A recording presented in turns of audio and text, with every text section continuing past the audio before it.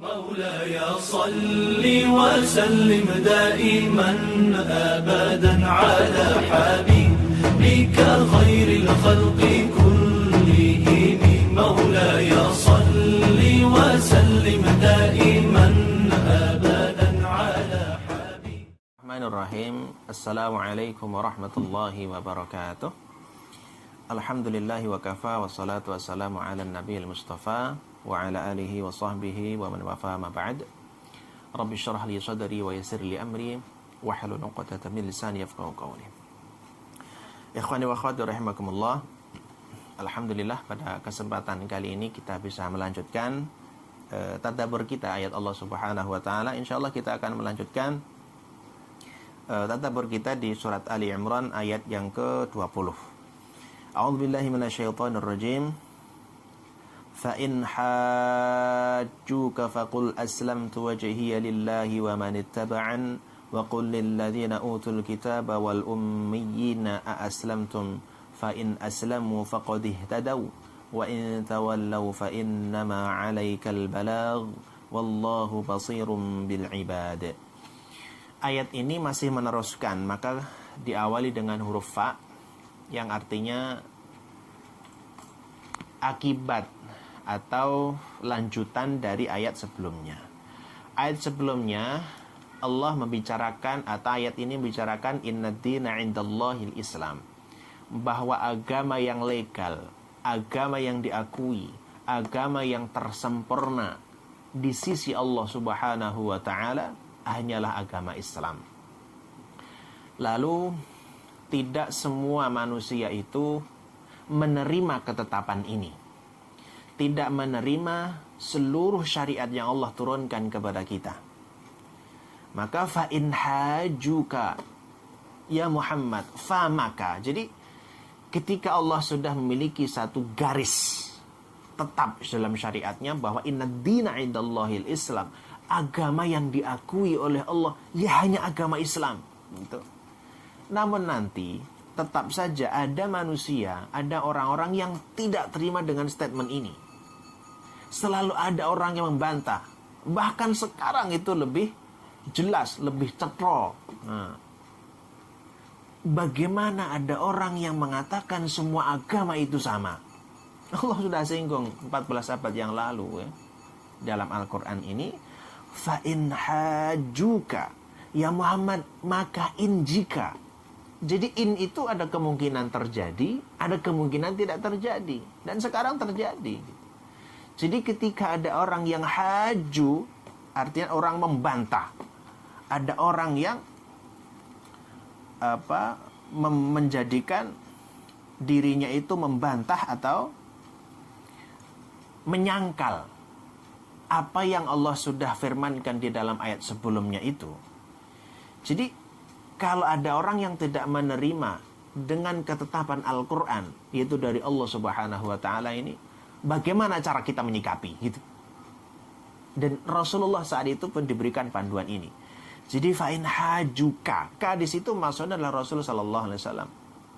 Dan jika ada orang-orang yang Muhammad yang membantahmu tentang statement tadi, fa maka qul, katakan kepada dia Muhammad. Jadi Masya Allah, sekali lagi ayat-ayat Al-Quran ini memang secara khususnya adalah bimbingan untuk Nabi Sallallahu Alaihi Wasallam sebagai bekal untuk berdakwah, sebagai bekal untuk menyampaikan syariah kepada seluruh manusia. Jadi kalau ada permasalahan seperti ini, bagaimana solusinya? Allah diktikan di sini. Fakul, maka katakan kepada orang yang membantah itu, aslamtu wajhiya lillahi wa man ittaba'an. Katakan ya Muhammad, itu bukan urusan saya itu ya. Maka Allah katakan, kul, katakan kepada dia, kepada orang yang membantah itu, aslamtu, aku ini sudah menyerahkan seluruh raga dan jiwaku, lahir batinku. Maka kata wajhiya lillah itu mengindikasikan totalitas. Jadi kalau dalam terjemahannya, katakan ya Muhammad, aku berserah diri kepada Allah Subhanahu wa ta'ala. Tetapi redaksinya itu wajihun. Wajihia itu wajahku. Jadi seolah-olah aku menyerahkan wajahku hanya untuk Allah semata. Kenapa wajah? Wajah itu adalah anggota tubuh kita yang termulia dan hanya yang bisa dikenali dari kita. Kita itu si fulan atau si fulana, itu dengan wajah kita. Itu untuk menunjukkan totalitas. Nah, kalau di kita ya wajah, bisa kita hidung biasanya. Misalnya, dia nggak datang, batang hidungnya nggak kelihatan. Ya maksudnya bukan hidungnya dua yang datang. Nah, di sini Allah katakan, Faqul aslamtu wajhiya lillah. Katakan ya Muhammad, bahwa saya ini Islam. Aslam itu penyerahan diri. Gitu. Sebagaimana yang kita sebutkan yang dulu, ya ayyuhalladzina amanu dukhulu fis silmi kafah. Kita menyerahkan totalitas kepada Allah Subhanahu wa taala. Kalau kita sudah menyerahkan diri, berarti kita menjadi abdun nanti. Abdun itu hamba. Hamba itu harus manut, nurut kepada sang pemilik. Nah, kita harus mengatakan apa ketika ada orang yang mengatakan semua agama sama, kemudian kita juga tidak boleh terlalu ekstrim dalam berakidah. Itu semuanya tantangan dan kita tahu jawabannya. Qul aslamtu wajhiya lillah. Saya hanya menyerahkan diri saya, hanya patuh, hanya tunduk kepada Allah Subhanahu wa taala. Aslamtu wajhiya lillah wa man ittaba'an. Jadi seorang dai itu harus berakidah yang kuat, harus berakidah yang kokoh sebelum dia berdakwah dan mengajak kepada orang lain. Dan ini menjadi satu pelajaran penting. Ketika Rasul Shallallahu Alaihi Wasallam menyatakan, "Faqul wajhiya lillah," bahwa saya ini sudah menyerahkan diri saya secara total kepada Allah Subhanahu wa taala, wa man ittaba'an. Begitu juga dengan orang-orang mereka yang mengikutiku. Menarik ya? Jadi tidak disamakan.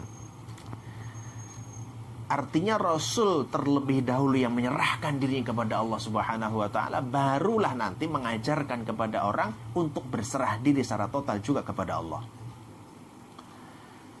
Waqul. Selain itu, Allah juga berpesan kepada Rasul sallallahu alaihi wasallam dan katakan juga kepada siapa? Lilladzina utul kitaba wal ummiyin. Dan katakan juga kepada orang-orang ahli kitab, yaitu orang Yahudi dan orang Nasrani, yang sebetulnya mereka sudah tahu bahwa engkau itu adalah nabi. Di dalam kitab Taurat, di dalam kitab Injil, itu sudah tertera bahwa akan datang nabi yang terakhir, penutup para nabi dan rasul, yaitu Muhammad, atau dalam bahasa Ibrani Manahem, dalam bahasa Injilnya adalah Ahmad, yang sebetulnya sama, yaitu Muhammad sallallahu alaihi wasallam.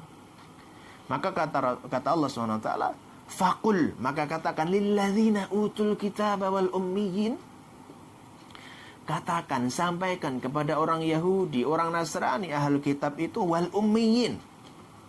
Ummiyin di sini di antara maknanya adalah, aslinya adalah orang yang buta huruf, ummi. Tapi ummiyin di sini maknanya adalah orang Quraisy yang kafir itu.